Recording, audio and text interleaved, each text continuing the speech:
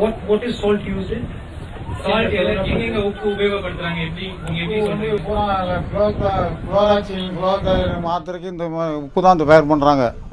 அந்த மாத்திரை வந்து கொரோனாக்கு மாத்திரை கண்டுபிடிக்காதனால, ஊசி கண்டுபிடிக்காதனால, மருந்து கண்டுபிடிக்காதனால இந்த குளோராக்வின் மாத்திரை தான் பயன்படுத்தியிருக்காங்க அமெரிக்காவில், யூஎஸ்ஏல. The chloroquine which they used initially, he's saying every medicine has a little bit of salt in it, and so salt is a very important ingredient of any medical therapy. அதுக்கு மூலப்பொருள் வந்து இந்த உப்பு தான். He's saying the primary ingredient is the salt. இந்த உப்போட தயார் பண்ணுற தொழிலாளர் வாழ்க்கை தரம் உயரணும். நீங்கள் பிரதமராக வந்து எங்களுக்கு இதை செய்வீங்கன்னு நம்புகிறேன். நான் 75 வருஷம் ஆயிடுச்சு சுதந்திரம் ஆகி, இன்னும் இந்த உப்பு தொழிலாளியை சந்தித்து பேசின ஒரே தலைவர், முதல் தலைவர் நீங்கள் தான்.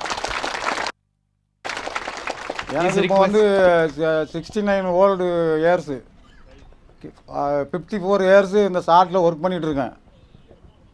He's saying that you are the first person to come and talk to them because they are a very specific group of people who indulge in a very specific and a very important kind of work, which is generally not acknowledged by many. He's saying out of his 69 years, 54 years he has worked. அதனால் அந்த உப்பு தொழிலாளியும் உயரணும், உப்பு தொழில் நடத்துகிறவங்களும் அவங்களும் மேன்மேலும் இந்த உப்பு தொழில் நடக்கும். ஏன்னா இது வந்து நல்ல ரெடி காசு சம்பளம் உடனே கொடுத்துருக்காங்க சனிக்கிழமை. மற்ற தொழிலெல்லாம் சம்பளத்தை காக்க வச்சு கொடுக்குறாங்க. So it's a very important point he is making, that not only the workers but also people who are in the industry of salt making should also be recognized and he's saying here they get paid every weekly rather than some other industries where the payment is delayed. So he's saying both the workers and the industry both should develop. Does he feel that ராகுல்ஜி, sorry நீங்கள் தான் நாட்டுக்கு பிரதமராக வந்தால் தான் அது சிறப்பாக இருக்கும். It will be the most appropriate and the best thing that you become the prime minister of this country. So I got one or two. First of all, see, I told him that people don't think about the production of salt when they're eating salt.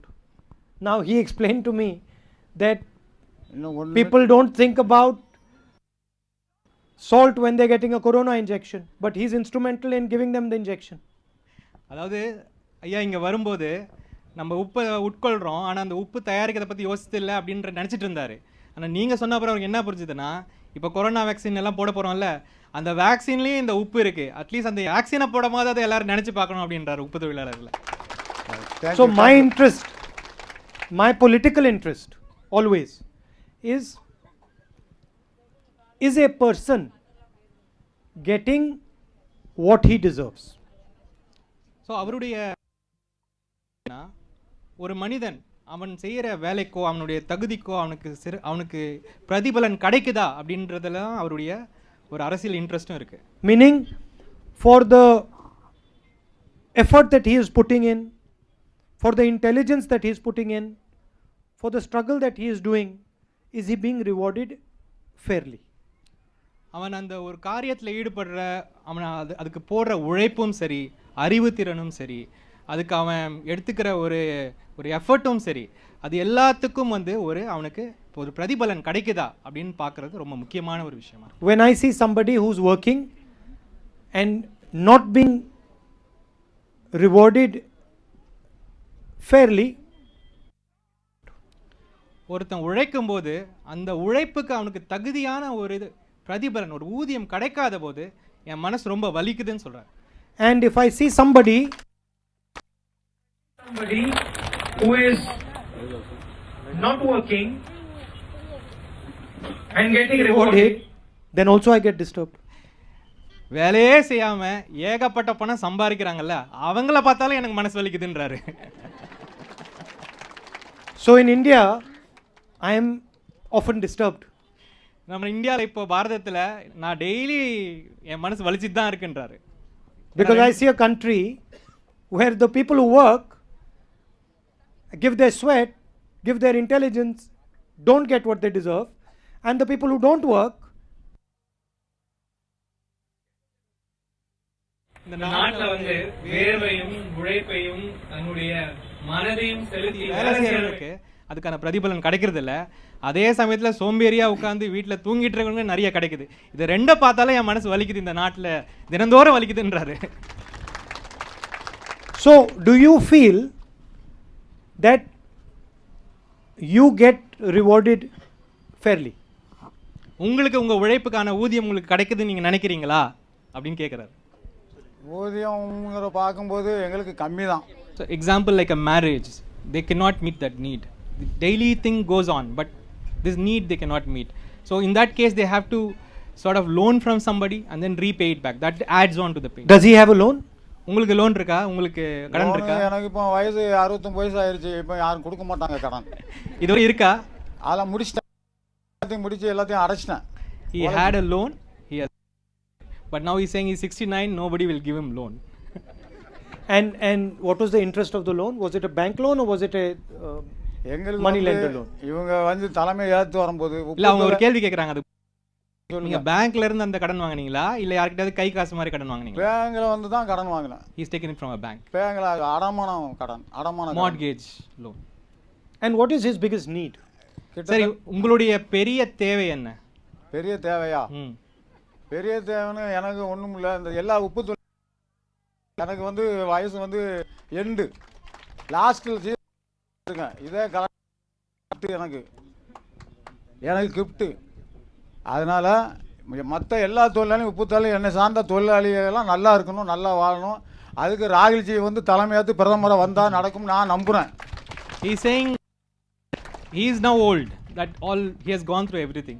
He just wants salt workers to be recognized for their specific work and the art of salt making be recognized for whatever it is. And what do we have to do to make it happen?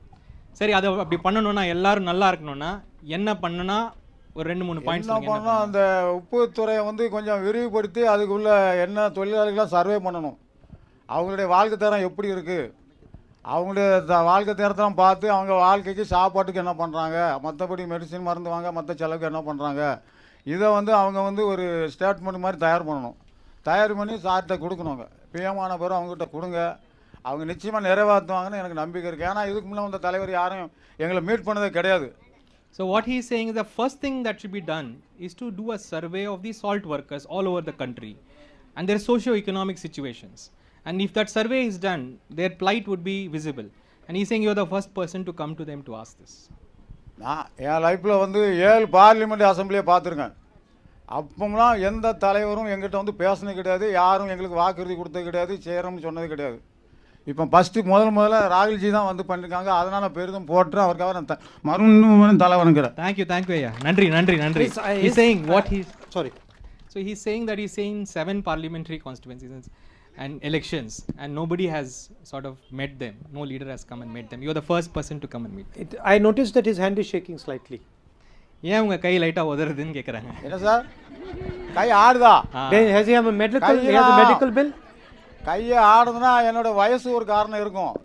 இந்த கையை பார்த்தீங்கன்னா உங்களுக்கு தெரியும், witness தெரியும், நான் உழைப்பாளிங்கிறது தெரியும். கிட்ட வந்து பார்த்தா உங்களுக்கு இப்போ ஒரு மாசத்துக்கு ஒரு கையில் அவ்வளவு காய்ப்பா இருக்கு, தழும்பு. அது வந்து என்ன சொல்ல, இந்த கை லெஃப்ட் வந்து ஆட்டம் வருது. ஆனா அது வரக்கூடாதுன்னு நினைக்கிறேன். ஆனா தடுக்க முடியாது, இயற்கையா யாராலும் மாற்ற முடியாது. Because of his old age and his work, he's showing his hand, his work. So he's trying to control it, but it's not happening. But does he have medical bill for that or no? உங்களுக்கு இப்போ ஒரு medical bill இருக்கா மாசத்துக்கு நீங்க? So இதுக்கு வேற treatment பண்ணா என் உடம்ப கெடுத்துருவாங்க, அது எனக்கு தெரியும்.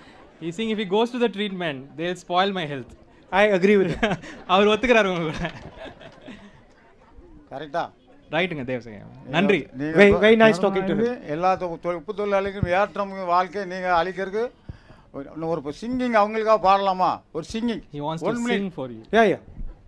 நெஞ்சம் உண்டு நேரம் உண்டு ஓடு ராஜா, நேரம் வரும் காத்திருந்து பாரு ராஜா, தொழிலாளி வாழ்ந்தது மாறும் ராஜா, நீ ஆற்று வெள்ளம் போல் இருந்து வா ராஜா. Gist of the song is time will come, you keep running, it will come. உட்காருங்கய்யா. தேங்க்யூ, ரொம்ப நன்றி. தேங்க்யூ, நன்றி.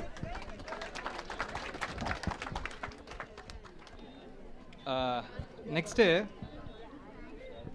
மாரியம்மாள் பேசுறீங்களா? மாரியம்மாள், ஆமாம், இங்கே கொடுங்க, மைக்கை கொடுங்க. சார், தமிழ்நாட்டில் வந்து நிறைய குடிப்பானம் வந்து நிறைய சேல்சன் ஆகிட்டு இருக்கு. குடிப்பானத்தை நீங்கள் குடிப்பானத்தை வந்து எப்படியாடும் கட் பண்ணுறதுக்கு உங்களால் முடிஞ்ச அளவுக்கு எங்களுக்கு ஹெல்ப் பண்ணுங்கள் சார்.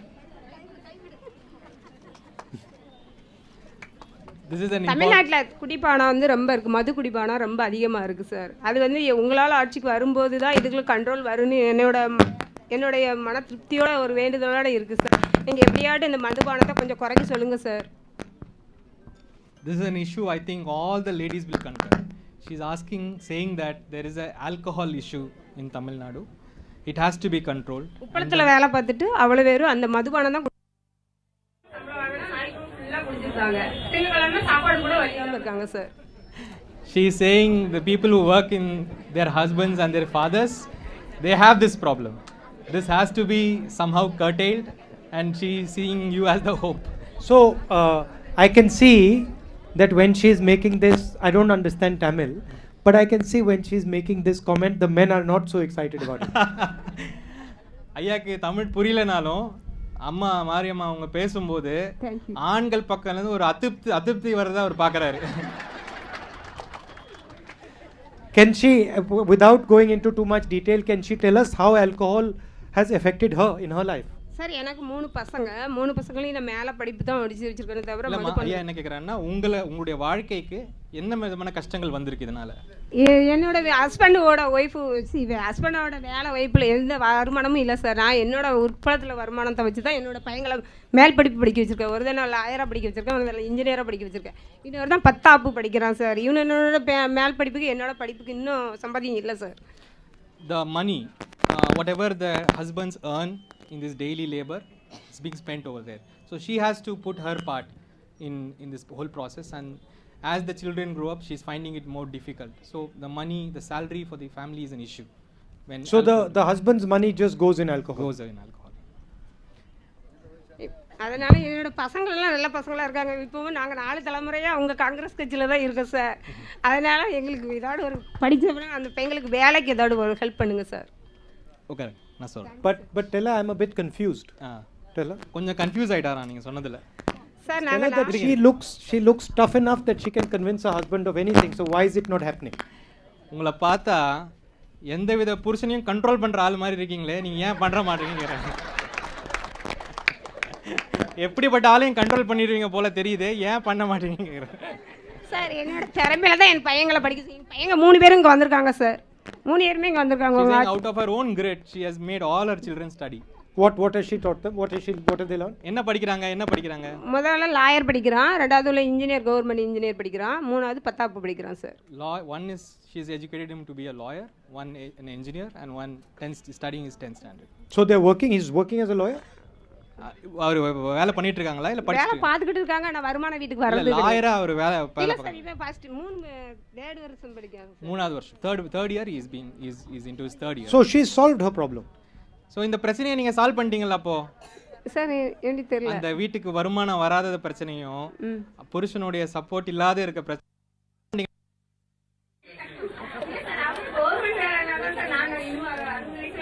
முடியும் இல்லடா, நானும் இன்னும் அளத்துக்குள்ள போய் வேலை பார்க்க முடியாதுல்ல sir.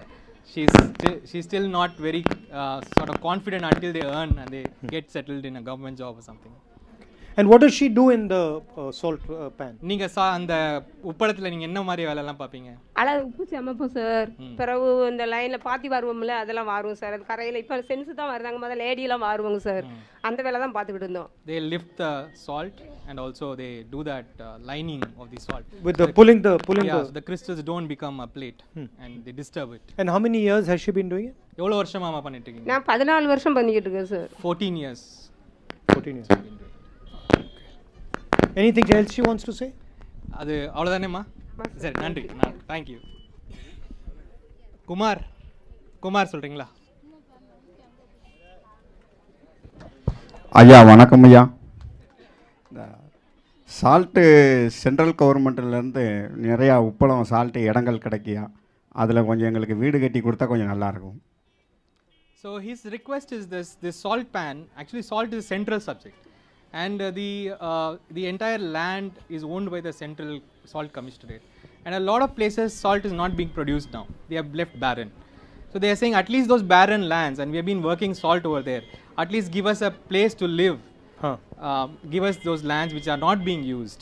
That's his primary demand. Housing in a place where they can access the salt pan. That's major issue that he's highlighting. So how many other lot of these salt pans which are lying vacant? Yeah, இந்த மாதிரி நிறைய இடம் வேக்கண்டா உட்கார்ந்திருக்கா. இருக்குயா. Yeah, நிறைய இடம். There are a lot of places. Why? Because the production of salt is reduced or? எதனால அது வந்து அந்த மாதிரி வேக்கண்டா போயிருது? அதாவதுயா எதனாலன்னு கேட்டிங்கன்னா விவசாயம் பண்ண முடியாமல் அந்த நிலங்கள் பூரா புறம்போக்காக கிடக்குது. ஏன் உப்பு மறுபடியும் அங்கே இது பண்ண முடியாதுங்களா? அதில் பண்ண முடியாத அளவுக்கு தான் கிடக்குது. So salt manufacturing requires certain things, and if that is not sort of qualified enough to make salt, and also apart from salt pan, also the salt department is owning other lands. Okay. Since it's a central subject, there's no state office here who they can every time go and ask. So this is an issue, this major issue for all of them. Can I ask him a question? உங்ககிட்ட ஒரு கேள்வி கேட்கலாமா? சொல்லுங்க. What does he think of the liquor ban that she's suggesting? மாரி அம்மா கேட்டாங்கல்ல, குடியை ஒழிக்கணும், அதை பத்தி உங்க கருத்து என்னன்னு கேக்குறாங்க. சரிங்க sir. He's saying okay. It's a good idea. Good idea. நீங்கள் பிரதமராகி முதல் கையெழுத்து நீங்கள் இந்த கையெழுத்து தான் போடணும், போட்டு இதை முடிச்சு வைக்கணும். ஆமாம், அடுத்த பிரதமர் நீங்கள் தான். The first order that you will make as a prime minister is requesting should be this order. Okay. And they concur. Okay. Thanks. ரொம்ப நன்றிங்க. முத்து. முத்து. வணக்கங்கய்யா. ஐயா வணக்கம். வணக்கம். நலவாரி அட்டை கண்டிப்பாக வேணுங்கய்யா. உப்பளத்தில் வேலை வைக்கிறவங்களுக்கு அது முக்கியம் தேவை. படிப்புக்கு எல்லாம் தேவைப்படுது. பின்காலத்தில் அவங்க வயசு 60 வயசு ஆச்சுன்னா பென்ஷன் வாங்கிக்கலாம். அது முக்கியம் தேவை. So they are saying that he needs a welfare board. We don't have a specific welfare board for salt workers. It is there as a common welfare board for unemployed sort of unorganized workers, but they don't have a specific welfare board. He's saying it is important that welfare board is there. அவ்வளோதாங்களா? அதோட இந்த இதில் உள்ள அட்ரஸுக்கு தான் இந்த நலவாரி அட்டை போட முடியுது. வெளியே இருந்து வந்தவங்க 10 வருஷம் 5 வருஷம் வேலை பார்க்காங்க. விருதுநகர் மாவட்டம் அங்கிட்டு உள்ளவங்க அவங்களுக்கு உண்மை வேணுங்கய்யா. Yeah, this is another issue. If they are a migrant labor from some other place, they don't have a permanent address here. These welfare boards don't, even those unorganized welfare board doesn't enroll them. So this address issue is a huge issue. This Aadhaar card doesn't help with that? இந்த ஆதார் கார்டை காட்டினா கூட இல்லை பண்ண முடியலையா. ஒருத்தவங்களும் 10 வருஷம் 5 வருஷம் 15 வருஷம் வேலை வந்திருக்காங்க, அவங்களுக்கு பதிய முடியல. 15 years they have been here in Thoothukudi, but they are not able to register. Where did they come from? எங்கேருந்து வந்திருக்கீங்க? யாருங்க? எங்கேருந்து வந்தீங்க? உங்கள் ஊர் எது? நான் சொந்த ஊர் ஏர்போர்ட்டை பக்கம். இல்லை, இந்த வெளியேருந்து வந்தாங்கன்னு சொல்கிறீங்களா, எங்கேருந்து வராங்க? விருதுநகர் மாவட்டம். விருதுநகர், ராம்நாடு அங்கிட்டு உள்ள where dry places people come here. இங்கே வந்து ரொம்ப நாளாக இருக்காங்கய்யா. ஒரு 10 வருஷம் 15 வருஷம் வேலை பார்க்காங்க. ஆனால் அவங்களுக்கு இங்கே உள்ள ஆதாரம் கிடையாது. Okay, last question. I've got one question for them. See, they are spending 10-15 years in this salt. What do they get some diseases or do they have some medical problem as a result? இந்த உப்புல வேலை செய்கிறீங்க, இவ்வளோ நாள் வேலை செய்கிறீங்க, எந்த விதமான நோய்கள் வரும் உங்களுக்கு? எந்த விதமான வருத்தங்கள், உடல் வருத்தங்கள் வரும்? உடல் வருத்தம்னா எந்த விதமான காலில் பொத்துக்குமா, இல்லை கண் பிரச்சனை? ஒன்று கொஞ்சம் டிக்கிரி அதிகமாச்சுன்னா கொஞ்சம் புண்ணு வருங்க. கண்ணுக்கு பாதிப்பு, கண்ணு காது. Two primary thing is that one is that they get eye problems, ophthalmic problems, because the salt keeps reflecting the sun, hot sun. Second is the feet. Obviously they are exposed to brine and continuous exposure of brine. So what happens to the feet? காலுக்கு என்ன ஆகுங்க? காலு கொஞ்சம் அப்படியே பொட்டு அவ்வளவு பொட்டு. It will tears. Yeah, it will, the feet will break, the skin will break. Right. Once the skin breaks, exposure of brine causes more damage. It doesn't heal. They have to walk. So but they don't wear any protection or any. நீங்க காலுக்கு எதுவும் போட்டுக்க மாட்டீங்களா? கண்ணுக்கு எதுவும் போட மாட்டீங்க? கண்ணாடி போட்டுக்க, ஷூ போட்டுக்க.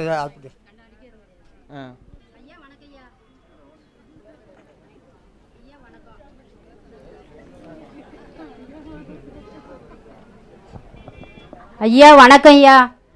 உங்கள் ஆட்சி காலத்திலேருந்து, இந்திரா காந்தி அம்மா காலத்திலேருந்து அந்த நாளையில் எங்களை படிப்பு எதுவும் கிடையாது, கஷ்டம் ரொம்ப. எந்தமான எங்கள் படிப்பு இல்லாததுக்கு எங்களுக்கு கஷ்டப்பட்டு ஒரு பிஎஃப் ரூபாயை கூட எங்களால் வாங்க முடியல. கேட்டால் படிப்பு அப்படின்ட்டு ரொம்ப இது பண்ணுறாங்க எங்களை. படிப்பு இல்லாதனால எந்த இதுக்கும் எங்களை இது பண்ண மாட்டேங்காங்க. அடுத்தால அது வந்து உப்பளத்தில் உழைக்கிறதுக்கு வந்து கண்ணு ரொம்ப பாதிப்பு எங்களுக்கு, கண்ணு காலு. Saying that because they have no education, they are not being no proof, they are not having any proof, documentary proof of anything. They are not able to access and they are not able to get that proof by one.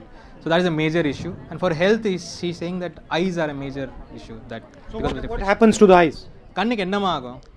கண்ணு தூரத்துலேருந்து பார்த்தா கண்ணு தெரியாது, கண்ணு நீராக வடியும். A lot of tearing will happen and they will not be able to see. While they are working or afterwards also?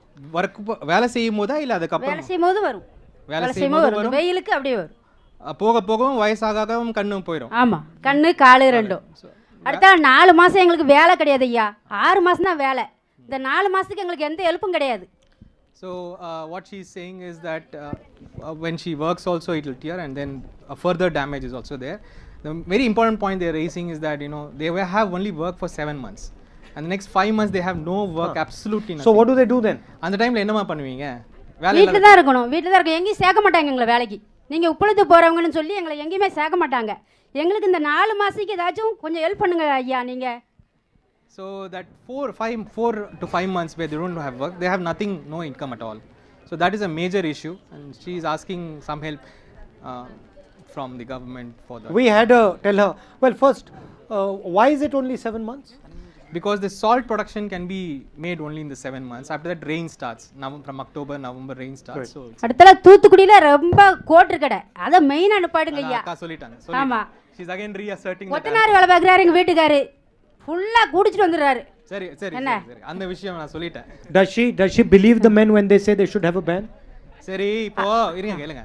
இப்போ ஐயா கேட்டாங்க இதை நம்ம நிறுத்திடலாமா அப்படின்னு கேட்டாங்க. ஆமான்னு சொன்னாங்க. அது நீங்க நம்புறீங்களா அவங்க சொல்றத? நம்பல, அவன் கூடி பையன் நம்பல சார், நம்பல. But why does she think the men drink? சரி இந்த ஆண்கள்லாம் ஏன் குடிக்கிறாங்க? அவங்களுக்கு அதான் மேல்வலி குறையுதான். நாங்கள் கஷ்டப்பட்டு உழைச்சிட்டு அவங்களுக்கு அதான் மேல்வலி குறையுதான். உழைக்கிறது அப்புறம் கோட்டர்காட்டில் கொடுத்தா மேல்வலி குறையுதான். She is saying that they give this reason of bodily comfort, but we also work and we go and sleep and rest, but they always say this. அடுத்தால அந்த வீடு இல்லாத இடம் இல்லாதவங்களுக்கு கொஞ்சம் அந்த சால்ட் ஆஃபீஸ் இடத்த கொஞ்சம் ஹெல்ப் பண்ணி கொடுங்க sir. That's because you tell her women are better at facing reality than men. எதனால நீங்க வெறும் போய் தூங்குனா உங்களுக்கு அவங்களுக்கு அது குடிச்சாதான் அவங்களுக்கு தூக்கம் வருது, எங்களுக்கு வீட்டில் குழந்தைங்கள படிக்க வைக்கணுமே, அவர் எதனால அவர் சொல்றாரு பிள்ளைங்களை நல்லா பார்க்கணுமே அப்படி சொல்லிட்டு எங்களுக்கு எப்படியாச்சும் கஷ்டத்தை தூக்கம் வந்துருது. She is saying வெண்ணி கூட ஊத்தோன்னா தூக்கம் வந்துருது. We are worried about the children, we are worried about our life and because of that we sleep. We keep thinking, though they don't think about it. அடுத்தால உப்பு விலையும் கூட்டினா எங்க ஐயா நல்லா எங்களுக்கு சம்பளம் நல்லா போடுவாரு. இப்போ வாரத்துக்கு ஒருக்க சம்பளம் போட மாட்டேங்காரு, 2 வாரத்துக்கு போட. அதனால உப்பளத்துலேயும் உப்பு விலை கூட்டுங்க ஐயா, உப்பு விலை கூட்டுங்க. Salt rate is a very important thing. So she's saying salt rate should be increased and if that happens she will get paid regularly. Amma podum. Can I answer one question she had asked? ஒரே ஒரு பதில் மட்டும் சொல்றாங்க. What we can do for the rest of the 5 months? அடுத்த 5 மாசத்துக்கு என்ன பண்ண முடியும்? கேளுங்க ஐயா சொல்றாங்க என்ன பண்ண முடியும் கேளுங்க.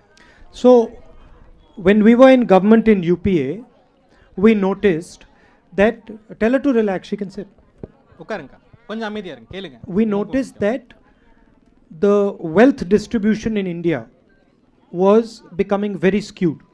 அதாவது போன டைம் அரசாங்கத்தில், காங்கிரஸ் அரசாங்கத்தில், யூபி அரசாங்கத்தில் இருந்தபோது ஒரு விஷயத்தை பார்த்தாங்க.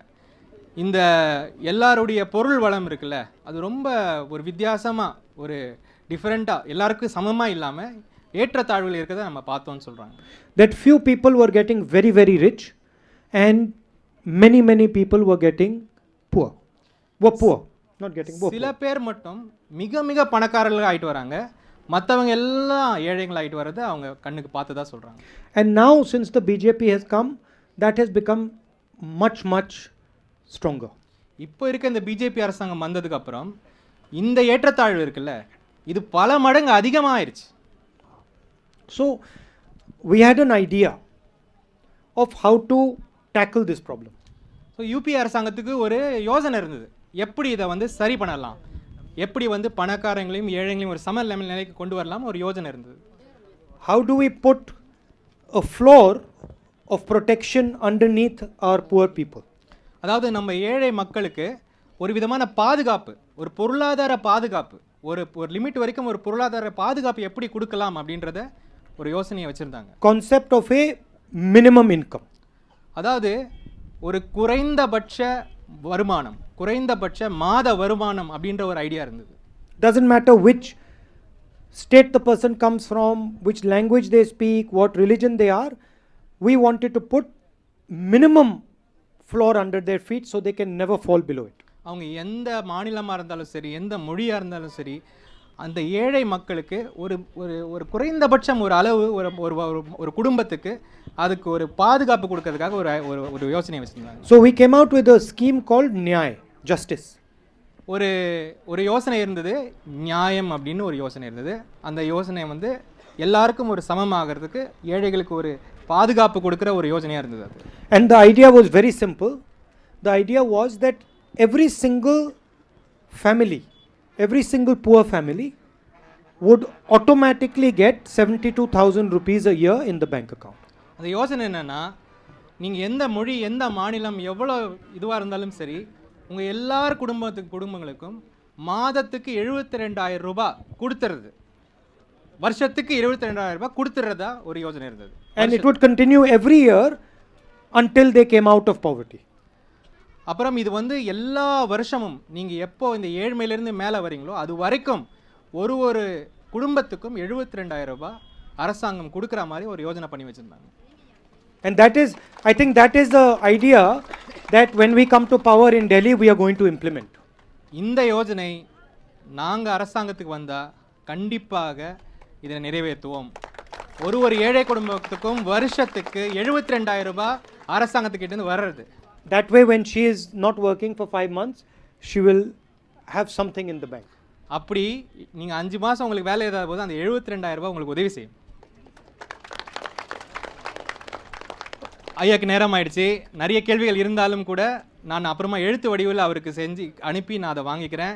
எல்லோரும் நம்ம வந்து ஆழத்துலேருந்து ஐயாக்கு மறுபடியும் நன்றி தெரிவிச்சிடும். ராகுல்ஜி, we thanks a lot for having come here and addressed us. Well, thank you for coming here. I must say I learned quite a lot from talking to you. ஒரு நிமிஷம், அதாவது ஐயா Next time they have to show me how to do this. Next time வரும்போது இதை எப்படி பண்ணுறதுன்னு சொல்லி தரணும். Nandri. நன்றி.